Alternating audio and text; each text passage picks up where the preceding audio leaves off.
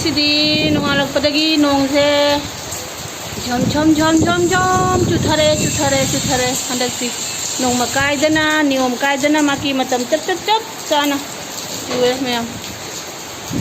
nong chubase nongdi nungai nong churadi thabak leite tumma nungai aduni thabak tanba khoigidi chuning dabi khoigidi yam nungai bani ado sujana ta tanjana chaba mi gidi yam waba aina haidise mi kharadi machine ngangi sakta ngangi jaina haini ko do aina pamjau da haje wari ni da mayam matam gi nongni nungai aide sabaje khangje bagam jade ba ado nong chure ngasidi mathang uccarake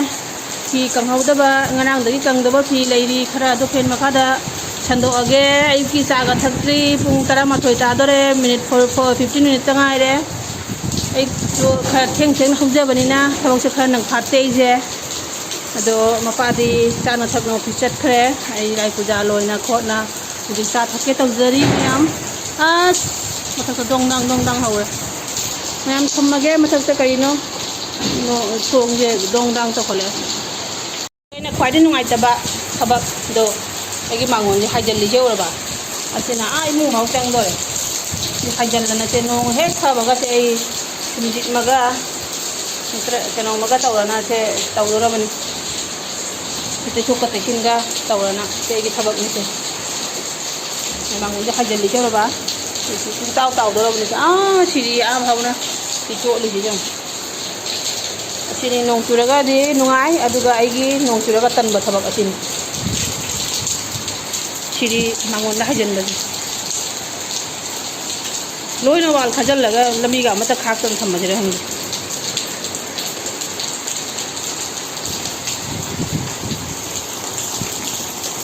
nong su wara mare aibu thabak hapiram magane lepkhre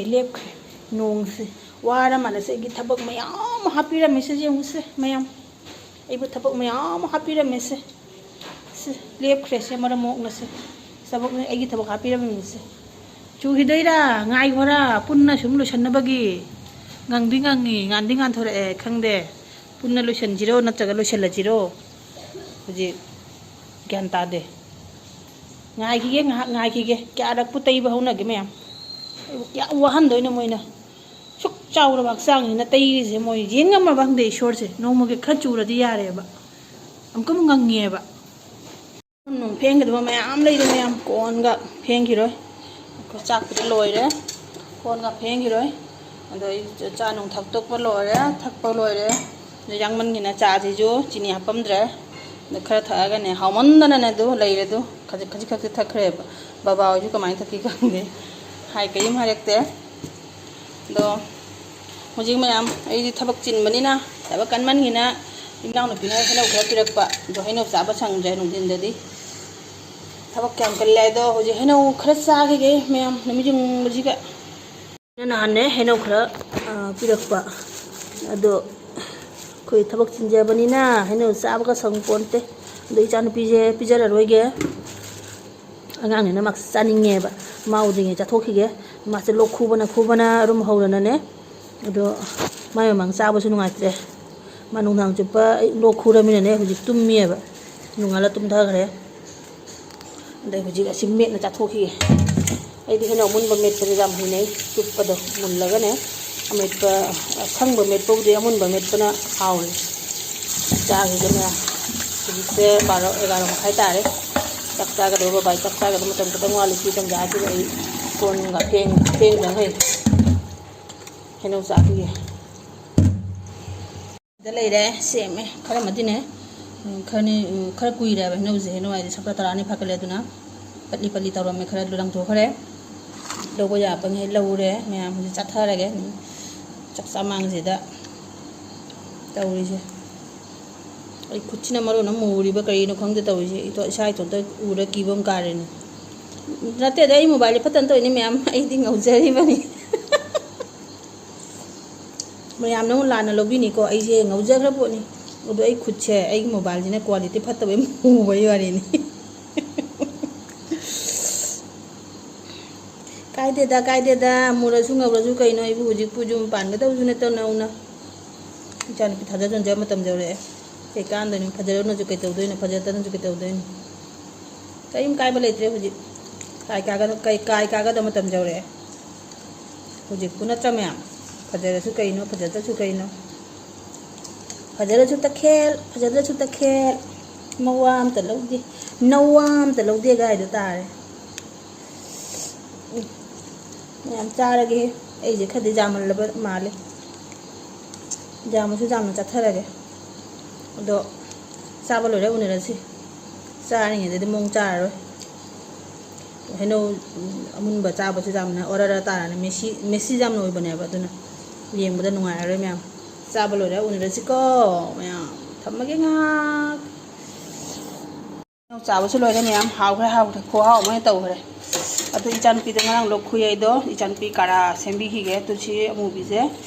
SIM अखोय मांगतोन होइदेगिने मांगतोन को तोमदे लौरुबनी असि तुलसी अमुबसिगा अदे आदागा सिगुलमोडिसे pot सुगारगने अदना लोलगा लुंबु को मतमदा कंतौरगे खोई खरा हापगने इचानपी पिथके दुमाइना तुम हापिट खतंग तागा चिमटी अमगा थागा ma'am खूबना अतैजु कना लोक खूबगिने कनो खंबीबा लेरदी हाबिरऊ इचानपी खूबना लोरे माना खुरिदौरगा इना वारेबा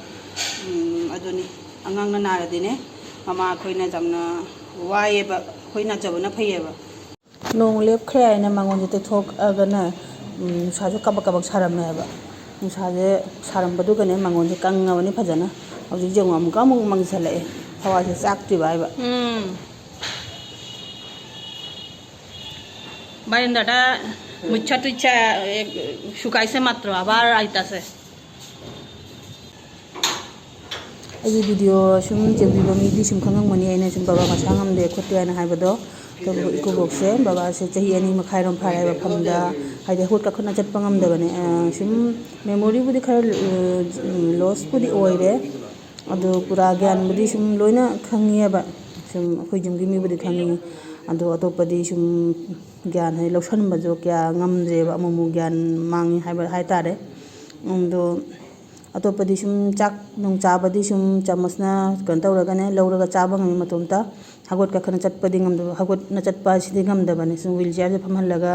सुम नोंमगी ngangwa पांदा पुथोकपा ने बाथरूम दा पुसलगा इरु थोअनबा अदमाना सुम तौरि सिनि पाजना मांगदा लेबिबा उरिबा की ब्लू कलर लिटपा टी-शर्ट लिटपने पाजना बाबा संबगी थंबनेबा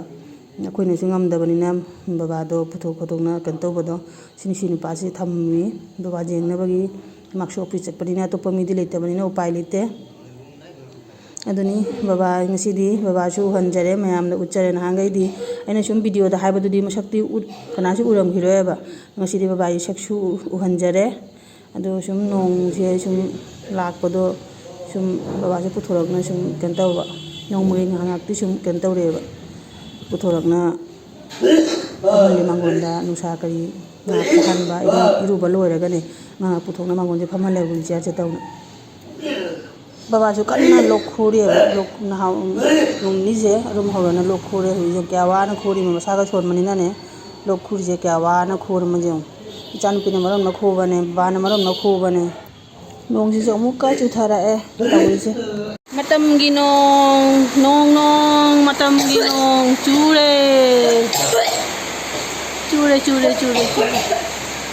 nong chure haidhare khichiri chagadaba numin dindani se khichiri chagadaba jerum thongba chagadaba uti thongba chagadaba dindani ko nong ke chure lai thong mai hwa चूरो आगे वीडियो हिजोंग मतंग लोसनजरगे मैम आगे video से नुंगाइबिरदि like share comments तौबिरमु फजबा अनौबो बिबा तारादि channel subscribe तौबिरमु